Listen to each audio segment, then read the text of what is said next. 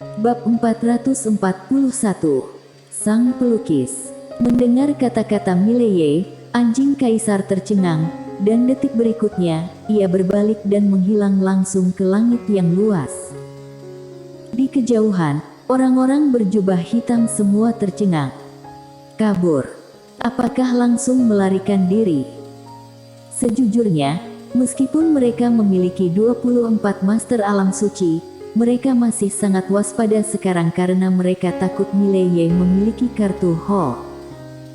Karena itu, barusan, mereka semua waspada, siap menghadapi semua kemungkinan kapan saja.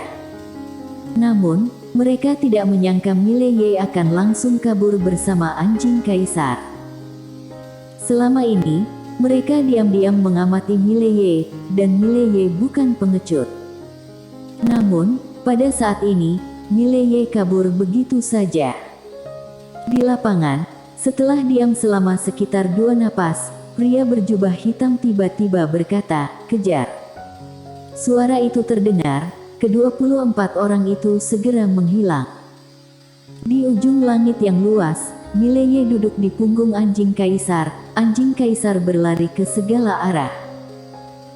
Harus dikatakan bahwa anjing kaisar di bawah akselerasi penuh memang sangat menakutkan. Setidaknya master umum alam suci tidak akan pernah bisa mengejarnya.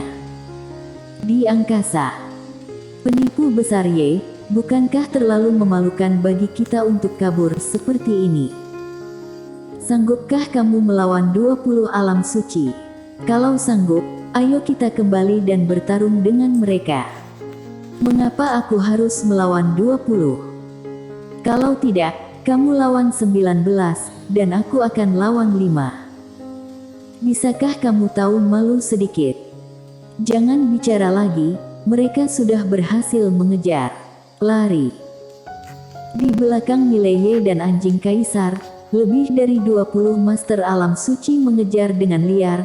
Namun kecepatan mereka masih sedikit ketinggalan di belakang anjing kaisar, sehingga mereka hanya bisa mengikuti, dan tidak bisa mengejar sama sekali. Dan mereka tidak bermaksud menyerah, karena begitu Mileye memasuki kota pengubur langit, semuanya akan merepotkan. Tempat itu sangat rumit. Bahkan mereka enggan untuk pergi ke tempat itu. Jadi Mileye harus dihentikan saat memasuki kota pengubur langit. Semua orang mulai berakselerasi dengan seluruh kekuatan mereka. Kota Weiyang. Di dalam istana Weiyang, penguasa Star Territory Weiyang berdiri di atas istana Weiyang. Dia melihat ke ujung langit, membuat orang bertanya-tanya apa yang dia pikirkan. Setelah waktu yang tidak diketahui, Violin Wei melambaikan tangan kanannya, dan aula kecil bintang ilusi muncul di langit. Dia berjalan ke aula, dan ada 6 kursi di aula. Segera, seorang lelaki tua masuk ke aula. Orang tua itu mengenakan jubah polos. Dia kurus, tetapi tubuhnya tegap. Alisnya sangat panjang, mencapai dadanya. Di bawah kakinya ada sepasang sepatu kain yang sangat biasa. Setelah lelaki tua itu memasuki aula, dia sedikit mengangguk ke Violin Wei, lalu berjalan ke samping dan duduk. Violin Wei berkata, "Kakak Kurman, tetap saja pagi sekali." Lelaki tua bernama Kurman itu tersenyum kecil, "Aku tidak suka membiarkan orang lain menungguku." Sambil mengatakan itu, dia melirik kursi di sebelah kanan. Sedikit terkejut, pemimpin istana bertambah satu lagi. Violin Wei mengangguk, ketua sekte hantu, Taupan Li. Mendengar ini, Kurman berkata dengan lembut, "Tidak heran. Pada saat ini, orang lain masuk, itu adalah seorang wanita, dan orang ini adalah Dewi Bailey." Taois Kurman mengangguk memberi salam, dan Dewi Bailey mengangguk sebagai tanggapan. Lalu dia menemukan tempat duduknya dan duduk. Setelah beberapa saat, pria lain masuk. Orang ini adalah Taupan Li yang baru saja menerobos. Setelah Taupan Li masuk, dia memberi salam ke 3 orang di aula, lalu berjalan ke samping dan duduk. Ada 2 kursi kosong yang tersisa di aula. Sama seperti itu, setelah waktu yang lama, tidak ada yang datang. Wajah Violin Wei tanpa ekspresi, dan detik berikutnya, dia tiba-tiba menghilang. Melihat adegan ini, wajah Kurman dan yang lainnya di aula dan Dewi Bailey muram. Mereka tahu bahwa penguasa Wei yang marah. Setelah beberapa saat, Violin Wei telah sampai ke Tanah Suci. Dia baru saja tiba di Tanah Suci. Sebuah suara tiba-tiba terdengar, pemimpin istana Wei Yang. Kaki kanan Violin Wei tiba-tiba menghentak ringan. Bang! Seluruh Tanah Suci bergetar hebat, dan tanah yang tak terhitung mulai retak. Violin Wei. Sebuah suara tiba-tiba terdengar dari kedalaman Tanah Suci, dan kemudian, aura yang kuat tiba-tiba tersapu dan langsung menuju ke Violin Wei. Di udara, Violin Wei mengangkat telapak tangannya dan memukul. Bang! Aura itu langsung pecah, dan pada saat yang sama, kekuatan yang kuat menyapu Tanah Suci di bawah seperti letusan gunung berapi. Ini untuk menghancurkan Tanah Suci. Pada saat ini, seorang pria parubaya tiba-tiba muncul di depan Violin Wei. Detik berikutnya, tangan kanannya dilambaikan ke depan, dan kondisi sekitarnya tiba-tiba berhenti, dan kekuatan yang kuat mulai menghilang sedikit demi sedikit. Violin Wei tiba-tiba menghilang, wajah pria parubaya itu tiba-tiba berubah, dan dia meninju. Bang! Pria parubaya itu mundur, tetapi di belakangnya, aula utama Istana Suci Tanah Suci langsung hancur. Melihat adegan ini, wajah pria parubaya itu tiba-tiba menjadi sangat masam. Di kejauhan, Violin Wei menatap pria tengah dengan dingin. Sordanmu, aku tahu kamu telah membuat terobosan, apakah kamu ingin mencobanya? Jika kamu kalah, aku akan membantai semua orang di Tanah Suci kamu. Pria bernama Sordanmu menatap Violin Wei, apa yang kamu coba lakukan? Violin Wei tidak berbicara, hanya mengangkat tangannya dan meninju. Wajah Sordanmu berubah, dan dia juga meninju. Bang! Seluruh langit bergetar hebat, dan Sordanmu mundur lebih dari 10 meter.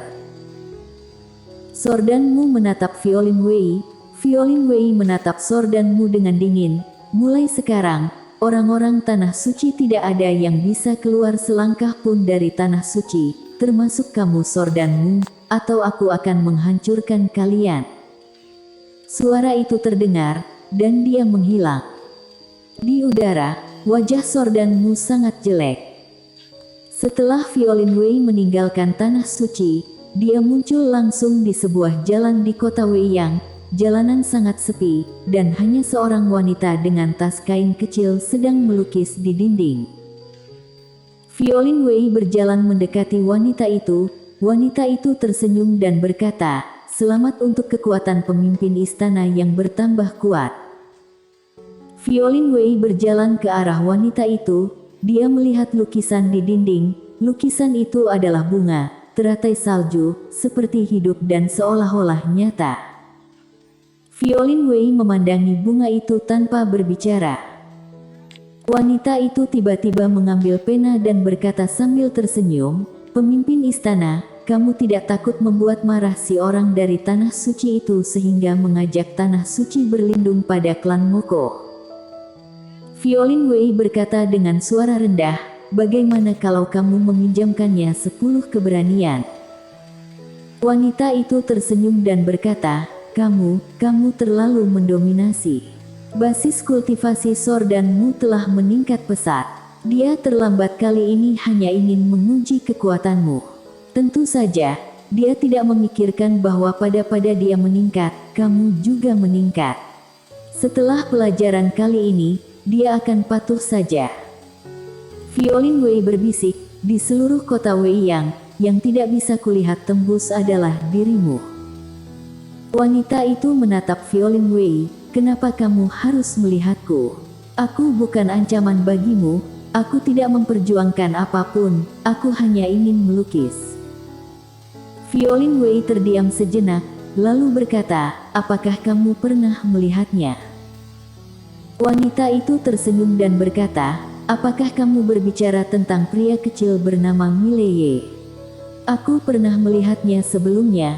Dia bilang aku pandai menggambar, pria kecil yang sangat pandai menilai orang. Violin Wei tidak berbicara. Pada saat ini, wanita itu tiba-tiba berkata, aku pergi ke klan Moko beberapa bulan yang lalu. Violin Wei berbisik, pelukis, ingat, kamu berasal dari Star Territory Wei Yang. Wanita itu tersenyum sedikit, karena inilah Star Territory Wei yang tidak jatuh. Violin Wei berkata, aku ingin meminta bantuanmu. Wanita itu berkata, selamatkan pria kecil itu. Violin Wei berkata, tidak nyaman bagiku untuk bergerak. Begitu aku bergerak, pasukan utama di Star Territory Wei yang akan berpikir bahwa aku ingin mengambil harta itu untuk diri sendiri. Pada saat itu, Star Territory Wei yang akan berada dalam perselisihan internal. Wanita itu tersenyum dan berkata, dan jika aku mengambil tindakan, tidak akan ada banyak masalah. Violin Wei mengangguk. Sang pelukis menatap Violin Wei, aku penasaran, kenapa kamu membantunya? Violin Wei berkata, aku memilih untuk tidak menjawab. Sang pelukis tertawa, kalau begitu aku memilih untuk tidak membantu. Violin Wei berbalik dan pergi. Sang pelukis tersenyum dan beralih ke gambar berikutnya. Dan pada saat ini, Violin Wei tiba-tiba berkata, sang pelukis, segera setelah masalah ini selesai, ayo kita bertarung. Serius, aku sudah lama ingin bertarung denganmu. Setelah berbicara, dia menghilang.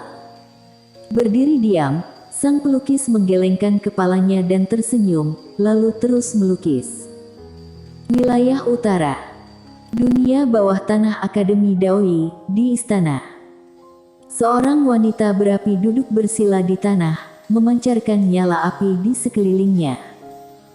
Wanita ini adalah aturan Tao di lantai 4, Jasmine.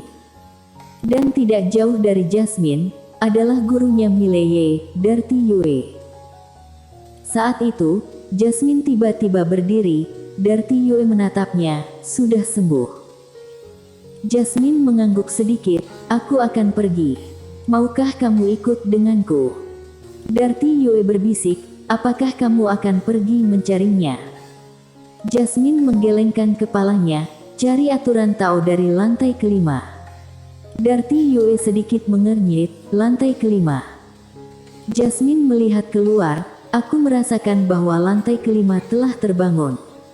Jika tidak ada keseimbangan dari aturan Tao, begitu orang itu keluar. Serius? Tanya Darty Yue. Jasmine berbisik, ini lebih dari serius. Orang itu pernah melawan menara penjara alam sebelumnya, dan dia kalah.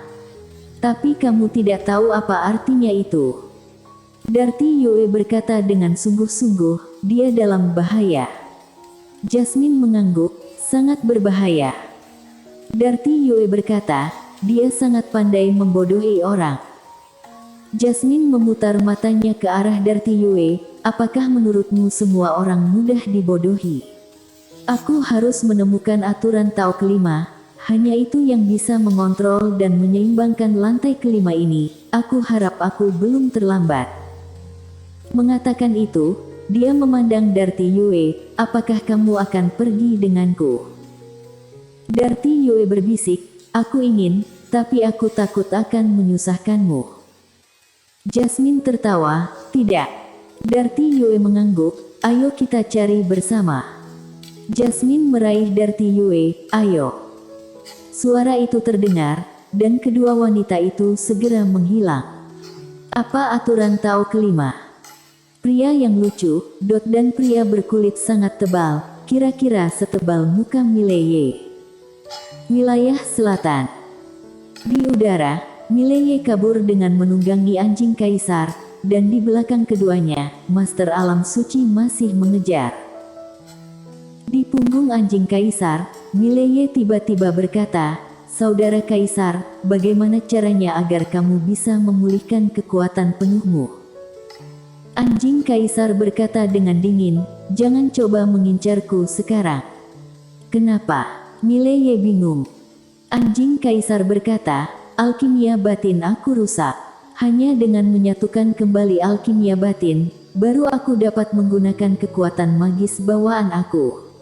Untuk menyatukan kembali alkimia batin, dibutuhkan setidaknya 100 tahun. 100 tahun. Wajah Mileye sedikit berkedut. 100 tahun, apa tidak ada jalan lain? Anjing kaisar berkata, "Ada." Mileye berkata dengan cepat, "Apa yang bisa aku lakukan?" Anjing kaisar berkata, "Melahap monster dengan alam yang sama. Temukan puluhan naga asli dan biarkan aku melahap. Aku pasti bisa sembuh." Mileye berkata dengan serius, "Apakah kita sanggup melawan lusinan naga sungguhan?" Anjing kaisar berkata, "Setiap naga asli setara dengan puncak alam suci, dan kekuatan tempurnya setidaknya 10 kali lipat dari puncak alam suci, dan sekarang beberapa kali lebih kuat dariku." Mileye terdiam sejenak, dan kemudian berkata, "Saudara kaisar, kamu berpura-pura saja bahwa aku tidak mengatakan apa-apa sebelumnya." Bersambung.